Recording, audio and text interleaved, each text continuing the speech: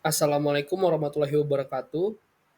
Perkenalkan kami dari kelompok 4. Dalam kesempatan kali ini kami ingin mempresentasikan hasil rangkuman tugas manajemen operasi mulai dari week 3, 4, 5, 6, serta 9. Sebelum lebih lanjut, mari kita perkenalkan dari anggota kita, yaitu mulai dari saya sendiri, ada Atta Alamat Fauzan, ada Anissa Rahmarani, ada Devon Maringgan, ada Najwa Nabilah, dan terakhir ada Stefan Sadra Siagian. Oke, langsung yang ke pertama yaitu profil perusahaan tugas dari week 3.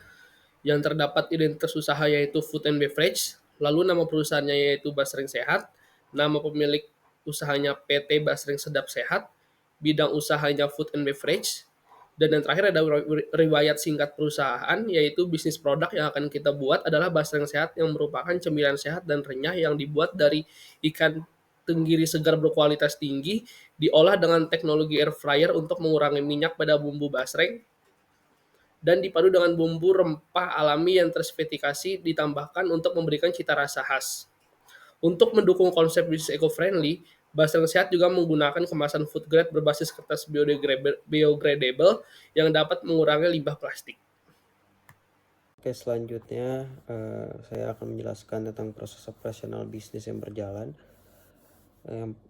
Proses di sini kita mengambil dari proses pembuatan es kopi susu gula aren. Pertama, kita ada pengambilan biji kopi, susu, dan gula aren cair. Setelah itu kita akan memasukkan biji kopi ke mesin grinder dan digiling. Distance in feed-nya adalah 1, time in minute-nya juga 1. Setelah itu kita akan memeriksa kualitas biji kopi setelah digiling.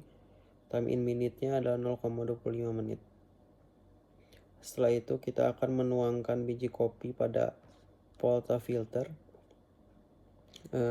Time in minute-nya 0,5 atau setengah menit.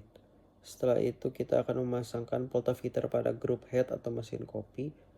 Time in minute-nya adalah 0,15 dengan distance in feed-nya juga adalah 1.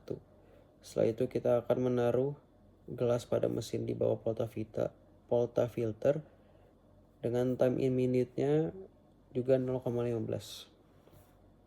Setelah itu kita akan mengaplikasikan mesin kopi untuk membuat espresso. Dan in minute-nya adalah 1 menit. Setelah itu kita akan menambahkan susu dan gula aren cair dengan takaran. Time in minute-nya adalah 1 menit dan distance in feed-nya 0,5 atau setengah. Setelah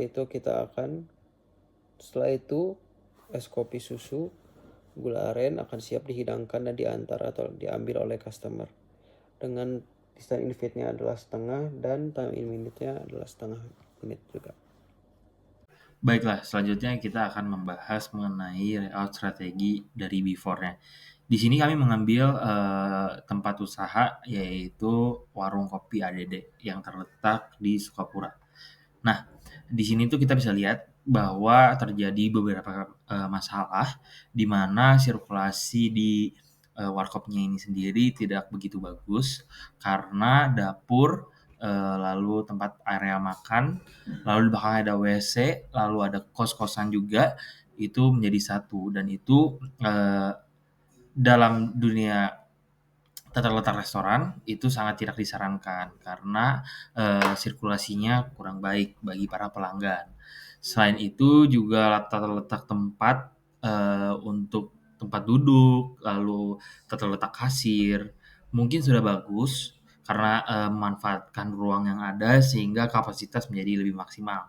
Namun dengan maksimalnya kapasitas ini membuat mobilitas para pelanggan dan para pekerja juga semakin kurang karena harus muter dulu untuk masuk ke pelanggan-pelanggan yang ada di pojok atau yang di belakang, dan itu mengurangi efisiensi waktu yang dibutuhkan untuk melaksanakan pelayanan yang baik. Baik, selanjutnya kita akan masuk ke layout strategi afternya. Nah, karena kita sudah melihat tadi sebelumnya layout dari warkop ADD itu sendiri yang memiliki beberapa kekurangan, akhirnya kami memutuskan untuk membuat layout baru dengan tetap mempertahankan nilai-nilai yang ada. Nah, bisa dilihat di layout terbaru ini bahwa tata letak ruangnya, desain interiornya itu lebih menonjol karena lebih banyak hiasan, lebih bisa dibilang lebih rapih, lebih menarik bagi para pelanggan yang ingin berkunjung ke Warkop ADD ini. Nah, namun di sini juga perlu adanya perubahan di mana dengan kita meningkatkan kualitas pelayanan dan tata letak yang baru, akhirnya berefek kepada berkurangnya sedikit kurang lebih dari jumlah pelanggan yang ada. Karena dengan tata letak yang baru ini, jumlah pelanggan tidak sebanyak dengan jumlah pelanggan sebelumnya.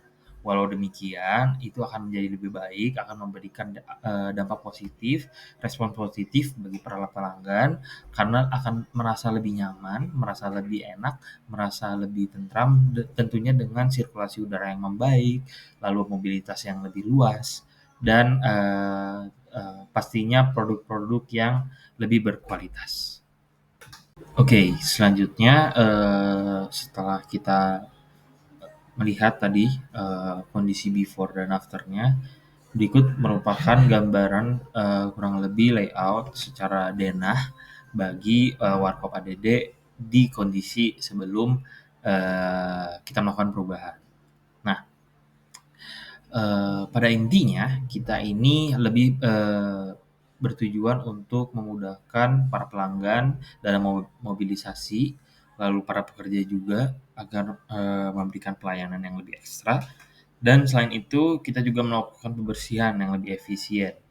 Nah, jadinya kondisi di Warkop ADD ini yang baru akan jauh lebih bersih, akan jauh lebih mudah dibersihkan juga karena kondisi di letak sebelumnya karena mengurangi mobilisasi bagi para pelanggan maupun para pekerja, itu mengurangi tentunya aspek kebersihan dan kerapihan bagi warkop itu sendiri. Sedangkan dengannya kita melakukan perubahan, ini akan berdampak positif bagi kebersihan, kelayakan, dan kerapihan tata letak di Warkop ADD ini. Dan itu semua akan berefek pada kenyamanan, ketertarikan, dan kecintaan para pelanggan di Warkop ADD. Sehingga ada orang yang nantinya akan berlangganan dan akan selalu datang kembali. Baik, mungkin sekian. Selanjutnya akan dijelaskan oleh teman saya. Proses operasional bisnis yang diusulkan, yang pertama ada situation. Seiring meningkatnya kesadaran masyarakat terhadap pola hidup sehat, permintaan akan cemilan yang lebih bergizi juga semakin tinggi. Basreng meskipun populer, sering dipandang sebagai makanan yang kurang sehat. Kenapa? Karena metode pengolahannya yang banyak menggunakan minyak dan bahan tambahan. Tantangan yang dihadapi adalah bagaimana menciptakan basreng yang tetap lezat namun lebih ramah bagi kesehatan. Yang kedua ada solution direction. Produk basreng sehat akan dikembangkan dengan menggunakan bahan rendah lemak, proses pengolahan menggunakan oven atau air fryer untuk mengurangi minyak, serta bumbu alami tanpa bahan pengawet buatan. Produk ini juga akan dikemas dengan bahan yang ramah lingkungan dan dipasarkan secara digital melalui media sosial. Yang terakhir ada hipotesis. Konsumen cenderung akan memilih basreng sehat apabila rasanya tetap enak seperti versi biasa. Kemasan yang ramah lingkungan akan menambah daya tarik produk, khususnya bagi konsumen yang peduli isu lingkungan. Dan yang terakhir, strategi pemasaran berbasis media sosial efektif menjangkau segmen Gen Z dan milenial.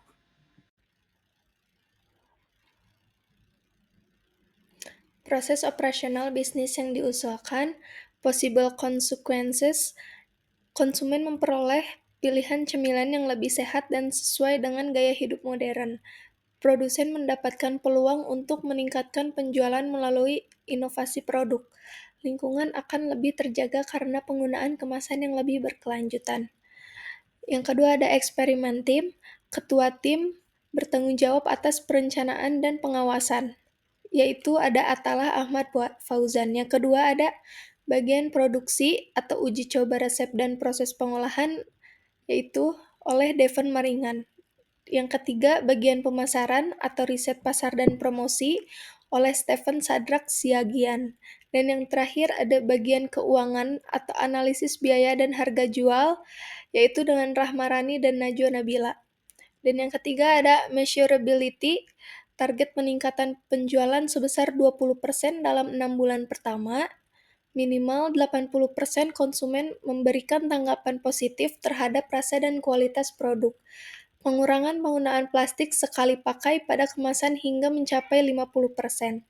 Dan yang terakhir ada follow up, melakukan uji coba resep basreng sehat dengan berbagai metode pengolahan. Mengadakan survei kecil untuk menguji penerimaan konsumen terhadap produk awal. Dan yang terakhir, memulai kampanye promosi melalui Instagram dan TikTok untuk meningkatkan awareness. Oke, last di sini saya akan menjelaskan tentang strategi penentuan lokasi pabrik, pemilihan supplier, serta distribusi produk dari Mercedes-Benz Indonesia.